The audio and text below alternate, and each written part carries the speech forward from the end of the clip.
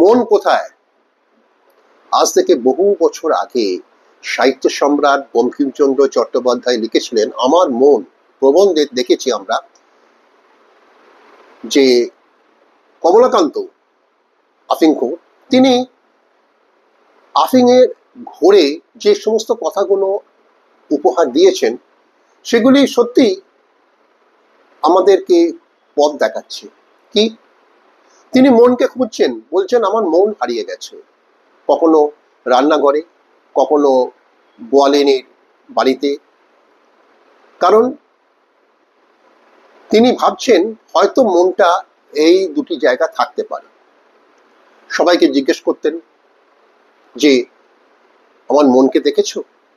কারণ কি? মন হারিয়ে গেছে। তাই মানুষের মনটাকে ঠিক জায়গায় রেখে যদি মানুষ আনন্দ করে তাহলে সেইটাই মানুষের এক বিরাট উপহার মানুষের কাছে।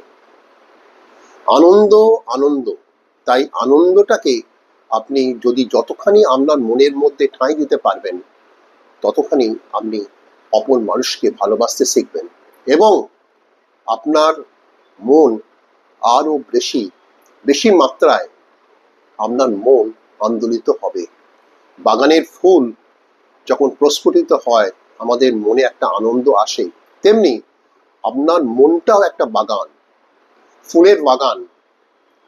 সুন্দর সুন্দর বীজ যদি আপনি মনের মধ্যে বপন করেন তাহলে বাগান ভরে উঠবে ফুলে ফলে। নমস্কার।